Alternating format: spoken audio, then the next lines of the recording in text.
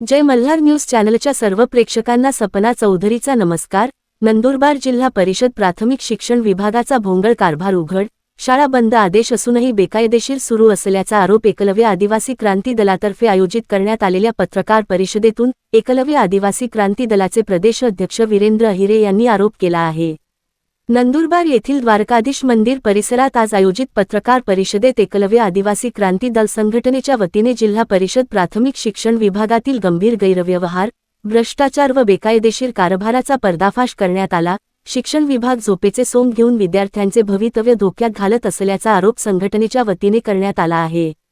पत्रकार परिषदेत संघटनेने आरोप केला की आदर्श प्राथमिक विद्या मंदिर, गुरुकुल नगर क्रमांक 1, होळतर्फे हवेली, तालुका व जिल्हा नंदुरबार ही शाळा अधिकृत बंद आदेश असतानाही शिक्षण विभागातील काही कुप्रसिद्ध अधिकाऱ्यांच्या आर्थिक संगनमताने बेकायदेशीररित्या सुरू ठेवण्यात आली आहे। माहिती अधिकारातून सत्य उघड झाले आहे की एकलव्य आदिवासी संघटनेचे प्रदेशाध्यक्ष वीरेंद्र अहिरे यांनी 6 जानेवारी 2025 रोजी गटशिक्षण अधिकारी, पंचायत समिती नंदुरबार यांच्याकडे माहिती अधिकार अर्ज सादर करून शाळेची मान्यता व सादर प्रस्तावांच्या प्रती मागितल्या होत्या। मात्र संबंधित कार्यालयाकडून कोणतीही माहिती देण्यात आली नाही। त्यानंतर अपील करूनही माहिती देण्यास टाळाटाळ करण्यात आली। यानंतर जिल्हा परिषद प्राथमिक शिक्षण विभागाकडे RTI अर्ज सादर करण्यात आला। त्यावेळी शाळेचे मूळ अभिलेख उपलब्ध नसतानाही केवळ झेरॉक्स प्रतींवर प्रस्ताव फिरवून पंचायत समिती नंदुरबार ते जिल्हा परिषद कार्यालयापर्यंत मंजुरी देण्यात आल्याचे उघड झाले। कोणतीही मूळ कागदपत्रे तपासणी न करता आर्थिक बाबींना प्राधान्य देऊन विद्यार्थ्यांची व पालकांची फसवणूक केल्याचा आरोप करण्यात आला। चौकशी अहवालात गंभीर बाबी स्पष्ट। 23 जून 2025 रोजी तक्रार अर्जानंतर प्राथमिक शिक्षणाधिकारी भानुदास आर रोगदे यांनी चौकशी समिती गठीत केली। समितीने 27 जून 2025 रोजी सादर केलेल्या अहवालात शाळेकडे मान्यतेसंबंधी कोणतेही मूळ अभिलेख नसल्याचे, तसेच शाळेची सरळ पोर्टल, संच मान्यता पोर्टल व विद्यार्थी पोर्टलवर कोणतीही नोंद नसल्याचे स्पष्ट नमूद केले आहे। शाळा 2024 पूर्वी अस्तित्वात होती, याबाबत एकही पुरावा सादर करण्यात आलेला नसल्याचेही अहवालात नमूद आहे। बंद आदेश असूनही कारवाई नाही। चौकशी अहवालानंतर 2 जुलै 2025 रोजी शिक्षणाधिकारी भानुदास आर रोगदे यांनी सदर शाळा अनधिकृत असल्याने तात्काळ बंद करण्याचे स्पष्ट लिखित आदेश दिले होते। तसेच कारवाई न झाल्यास फौजदारी गुन्हे दाखल करण्याचा इशाराही दिला होता। मात्र प्रत्यक्षात आजही शाळेशी संबंधित प्रस्ताव विभागात मंजूर होत असल्याचा गंभीर आरोप करण्यात आला। भाडे करार, जागा व नियमांचे उल्लंघन। पत्रकार परिषदेत सांगण्यात आले की शाळेकडे कोणतेही मूळ स्थलांतर किंवा हस्तांतरण आदेश नाहीत। शाळेसाठी आवश्यक क्षेत्रफळ उपलब्ध नसून भाडेकरारनामा केवळ 100 रुपयांच्या स्टॅम्प पेपरवर करण्यात आला आहे। तोही 27 जून 2025 रोजी खरेदी केलेला असून नोंदणीकृत नाही। मुख्याध्यापक भाग्यश्री संजय कोळी यांचा जागेवर कोणताही मालकी हक्क नसतानाही मुद्रांक पेपरचा गैरवापर करून शासनाची फसवणूक केल्याचा आरोप करण्यात आला आहे। से चौकशी व गुन्हे दाखल करण्याची मागणी। शाळा बंद आदेश असतानाही विविध प्रस्ताव कुठल्या अधिकाऱ्यांच्या स्वाक्षरीने मंजूर होत आहेत, याची उच्चस्तरीय से चौकशी व्हावी। तसेच या गैरव्यवहारात सहभागी असलेल्या शिक्षणाधिकारी, उपशिक्षणाधिकारी, विस्तार अधिकारी, गटशिक्षणाधिकारी, प्रशासकीय कर्मचारी व शाळा व्यवस्थापन मंडळावर तात्काळ गुन्हे दाखल करण्यात यावेत, अशी ठाम मागणी एकलव्य आदिवासी क्रांती दल महाराष्ट्र राज्याच्या वतीने करण्यात आली आहे।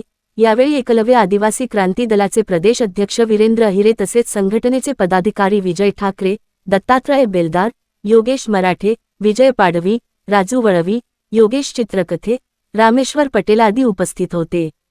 सपना चौधरी, जय मल्हार न्यूज, नंदुरबार। नंदुरबार जिल्हा परिषदेमध्ये जे मागच्या अनेक वर्षापासून जो मनमानी कारभार चालू आहे त्या अधिकाऱ्यांच्या विरोधामध्ये आज ही पत्रकार परिषद आयोजित केलेली आहे। पत्रकार परिषदेमध्ये मेन मुद्दे आमचे असे होते की नंदुरबार तालुक्यामध्ये आदर्श प्राथमिक जे विद्यामंदिर शाळा आहे, गुरुकुल, तर ती शाळेकडे कुठल्याही पद्धतीचे कागदपत्र नाहीये। शासनाने त्याचा अहवाल सादर केला, चौकशी समिती नेमली, शिक्षण अधिकाऱ्यांनी त्याचं पत्र काढलं, आदेश दिला की शाळा बेकायदेशीर आहे आणि ती शाळा बेकायदेशीर दाखवल्यानंतर सुद्धा ती आजपर्यंत ती शाळा चालू आहे। तर त्यासाठी कुठेतरी प्रशासन याला जबाबदार आहे आणि या अधिकाऱ्यांची वरिष्ठ लेवलला कुठेतरी चौकशी व्हायला पाहिजे, यासाठी आमचा प्रयत्न आहे।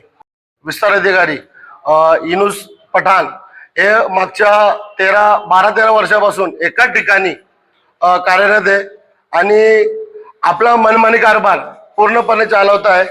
3रा वर्ग 3चा अधिकारी असून त्याला प्रशासनाने शिक्षण अधिकाऱ्याचा चार्जेस दिला, उपशिक्षाधिकारी चार्जेस दिला, तर आमची मागणी आहे की SIT मार्फत या पूर्ण की तुम्ही कोणत्या बेसिसवर या अधिकाऱ्याला हे पदांची जबाबदारी दिली, तर ही मागणी चौकशीची मागणी आमची प्रशासनाकडे आहे की सखोल चौकशी व्हायला पाहिजे आणि त्याच्यामध्ये जे अधिकारी दोषी आहेत त्यांच्यावर कायदेशीर कारवाई झाली पाहिजे. तिसरी मागणी अशी आहे की विशाल पाटील जिल्हा परिषद कार्यकारी अभियंता या अधिकाऱ्याने मागच्या जे काही त्यांनी आपल्या अधिकाराचा वापर करून गैरपद्धतीने त्यांनी अंदाजपत्रक कुठलाही सादर न करता टेंडर त्यांनी फ्लॅश केलेले आहेत, त्या गोष्टीला आमचा पूर्णपणे विरोध आहे.